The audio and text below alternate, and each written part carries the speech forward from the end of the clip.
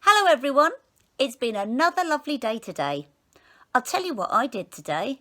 I rang my friend Mia and I read to her a lovely story by Roald Dahl. Now, I think you're going to know it. It's Charlie and the Chocolate Factory. But just in case you don't, I'll tell you how far we've got. In the first chapter, it's called Here Comes Charlie, or something like that. So you have got 4 very old people. Grandpa Joe, Grandma Josephine.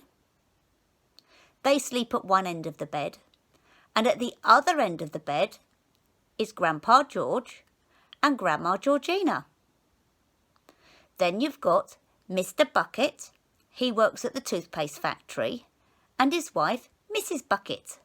And then you've got Charlie. And that's who our story is about. Now, Charlie's family didn't have a lot of money, but every year they saved up and bought him a bar of chocolate. But where did the bar of chocolate come from? Mr. Wonka's chocolate factory. But we join the story just when we're finding who works there. Are you ready? We're going to start at chapter 4, called The Secret Workers. Sit tight, it could be a fun ride. The next evening, Grandpa Joe went on with his story.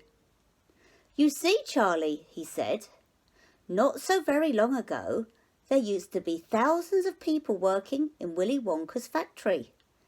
Then one day, all of a sudden, Mr. Wonka had to ask every single one of them to leave, to go home, never to come back.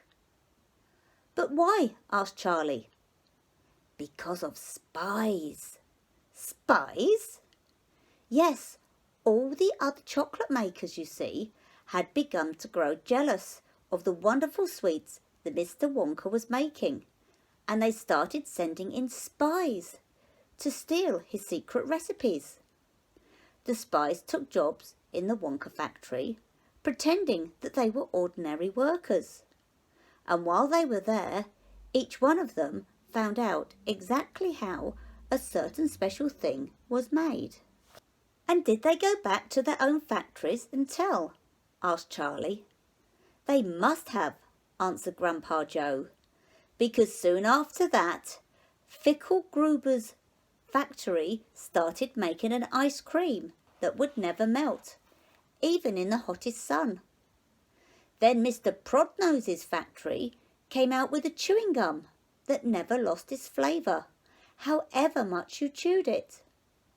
And then Mr. Slugworth's factory began making sugar balloons that you could blow up into huge sizes before you popped them with a pin and gobbled them up. And so on, and so on. And Mr. Willy Wonka tore his beard and shouted, "This is terrible! I shall be ruined. There are spies everywhere. I shall have to close the factory." But he didn't do that, Charlie said. Oh, yes, he did. He told all the workers that he was sorry, but they would have to go home. Then he shut the main gates and fastened them with a chain. And suddenly, Wonka's giant chocolate factory became silent and deserted. The chimneys stopped smoking, the machines stopped whirring, and from then on, not a single chocolate or sweet was made. Not a soul went in or out, and even Mr. Willy Wonka himself disappeared completely. Months and months went by, Grandpa Joe went on, but still the factory remained closed, and everybody said, "Poor Mr. Wonka, he was so nice, he made such marvellous things, but he's finished now, it's all over." Then something astonishing happened. One day, early in the morning, thin columns of white smoke were seen coming out of the top of the tall chimneys of the factory. People in the town stopped and stared. "What's going on?" they cried. Someone's lit the furnaces. Mr. Wonka must be opening up again. They ran to the gates expecting to see them wide open, and Mr. Wonka standing there to welcome his workers back. But no, the great iron gates were still locked and chained as securely as ever, and Mr. Wonka was nowhere to be seen. But the factory is working, the people shouted. Listen, you can hear the machines. They're all whirring again. And you can smell the smell of melting chocolate in the air. Grandpa Joe leaned forward and laid a long bony finger on Charlie's knee. And he said softly, but most mysterious of all, Charlie, were the shadows in the windows of the factory. The people standing on the street outside could see small, dark shadows moving around behind the frosted glass windows. Shadows of whom? Said Charlie quickly. That's exactly what everyone else wanted to know. The place is full of workers, the people shouted, but nobody's gone in. The gates are locked. It's crazy. Nobody's ever come out either. But there was no question at all, said Grandpa Joe, that the factory was running, and it's gone on running ever since for these last 10 years. What's more, the chocolates and the sweets it's been turning out have become more fantastic and delicious all the time. And of course now, when Mr. Wonka invents some new wonderful sweets, neither Mr. Ficklegruber nor Mr. Prodnose nor Mr. Slugworth nor anyone else is able to copy it. No spies can go into the factory to find out how it's made. But Grandpa, who? Cried Charlie. Who is Mr. Wonka using to do all the work in the factory? Nobody knows, Charlie. But that's absurd. Hasn't someone asked Mr. Wonka? Nobody's seen him any more. He never comes out. The only things that come out of that place are chocolates and sweets. They come out through a special trapdoor in the wall, all packed and addressed. They're picked up every day by post office trucks. But Grandpa, what sort of people are they that work in there? My dear boy, said Grandpa Joe, that is one of the greatest mysteries of the chocolate-making world. We only know one thing about them. They're very small.